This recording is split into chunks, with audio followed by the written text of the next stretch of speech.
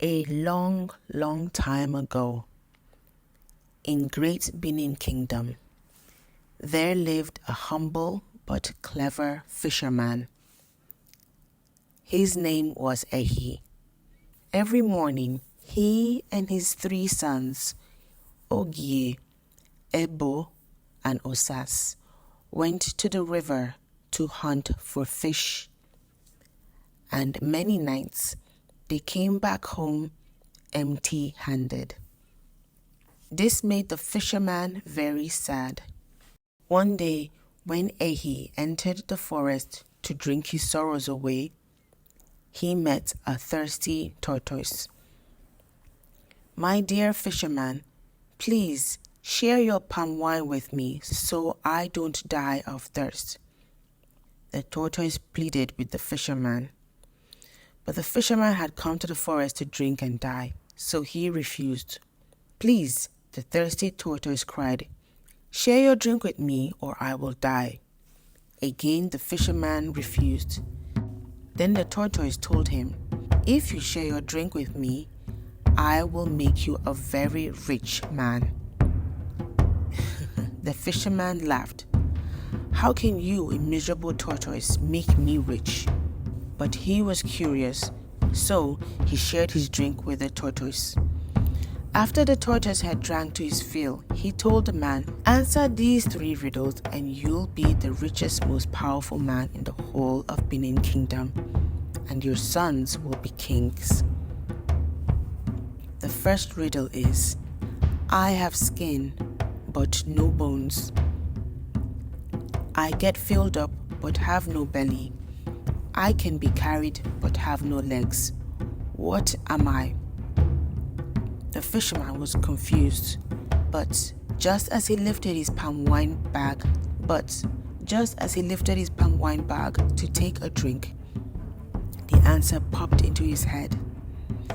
"It's a bag," he exclaimed. "Very good," said the tortoise. "Now here is the second riddle. I have teeth, but cannot bite. I have a sharp edge, but cannot cut cloth. I have a head, but cannot think. What am I?" The fisherman scratched his head, thinking hard. He didn't know the answer. Then he noticed something shiny near a palm tree. "I know," he shouted. "It's an axe." "Very smart," the tortoise said. "Now here is your last riddle. If you get it right, you will have all the wealth and power in the world. I have no start and no finish. I am always moving, but I never stay in one place. What am I?" The fisherman thought deeply, pacing back and forth, but the answer wouldn't come.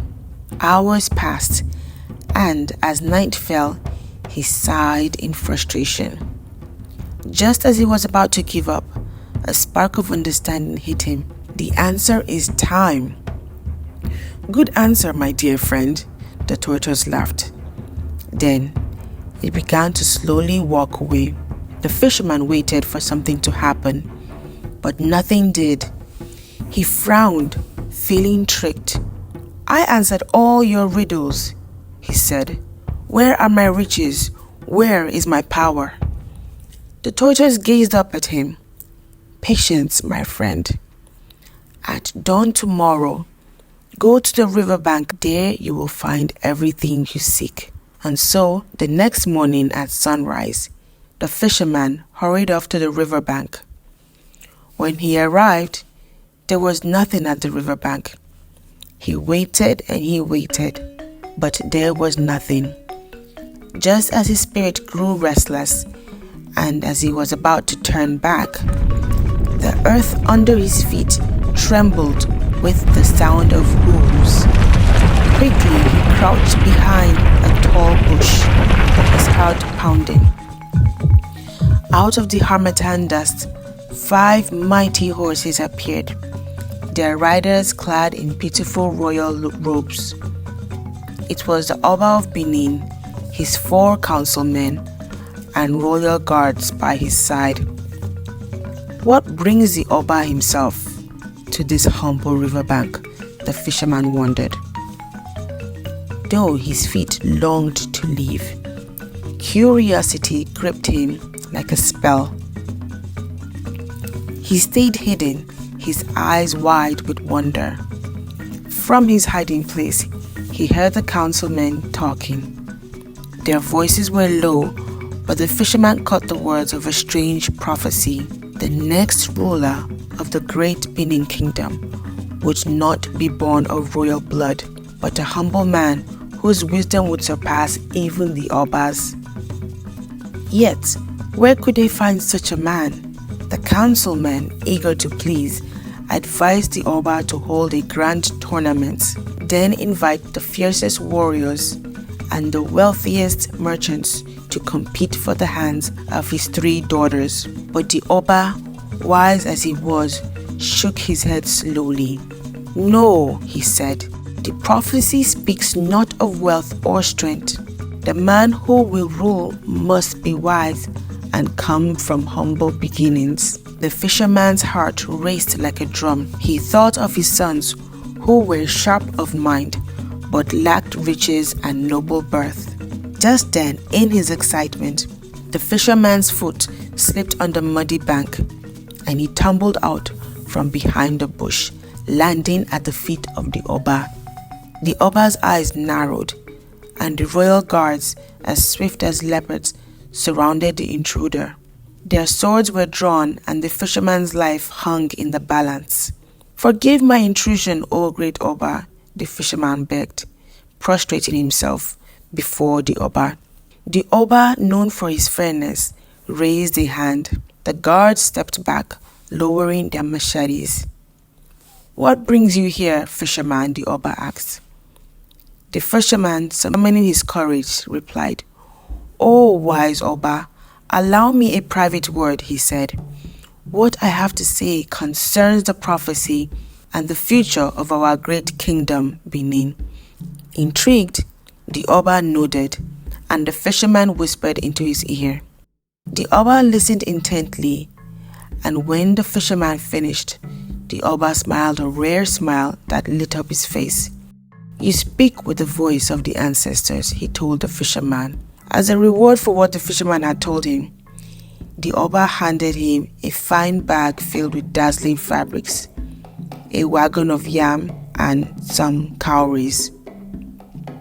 The fisherman bowed deeply in thanks and hurried home.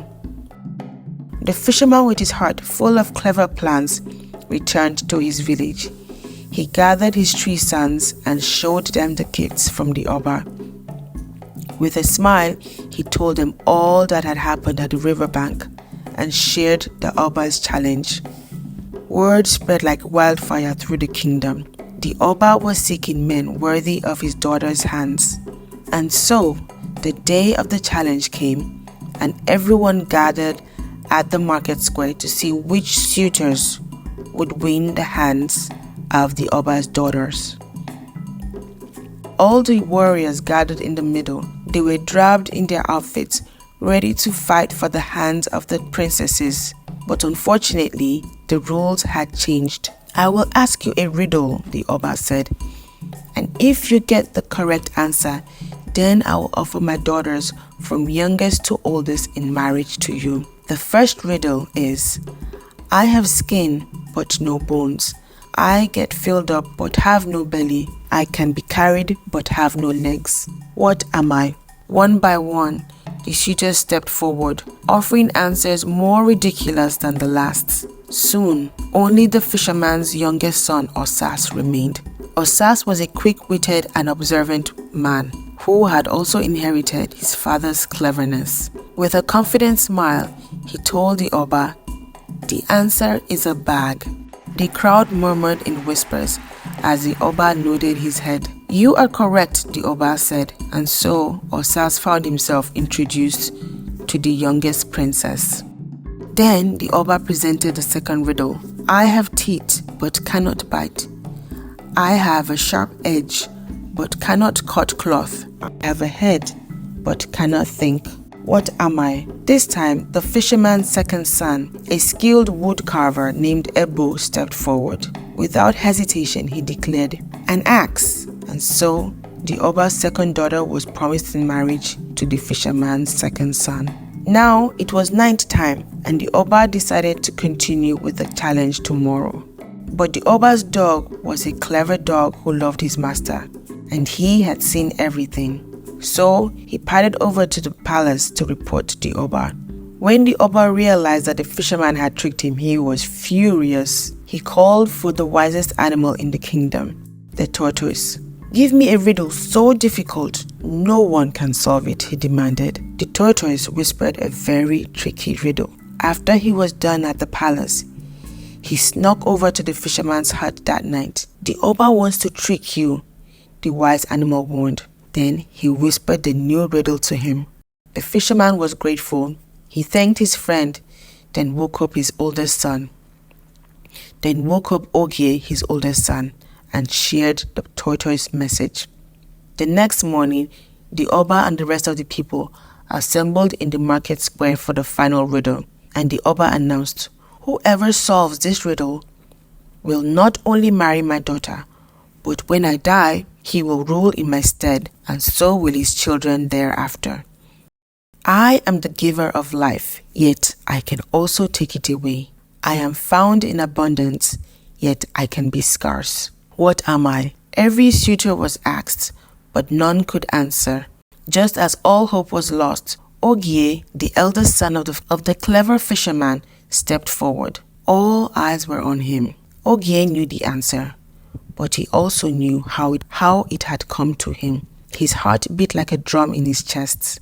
He gazed at the Oba, then his father, and finally at the crowd. "Your Highness," he said, "the answer to your riddle is water." A murmur went through the crowd. Everyone knew water was important, but how could it be both giver and taker of life?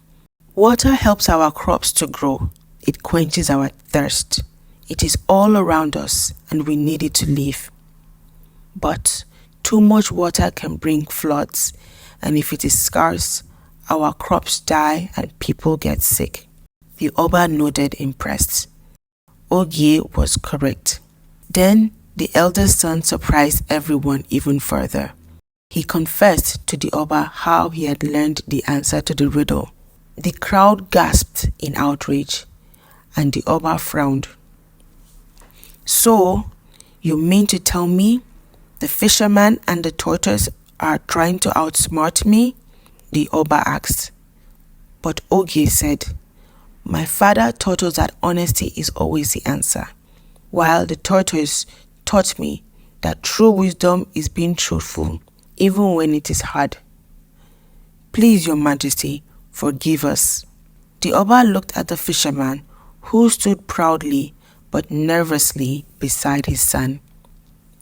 Then he looked at Ogie and he smiled. This was a man who would rule with wisdom and truth. "Ogie," he said, "you have shown great honesty and wisdom. You have won not only my daughter's hand, but also my respect. You will be a worthy ruler for our kingdom." And so Ogie married the Oba's eldest daughter, and his two brothers married the other princesses. Many years later, when the time came, Ogie, the eldest son of the fisherman, was crowned the new Oba. He ruled Benin Kingdom with kindness and listened to the advice of those wiser than him.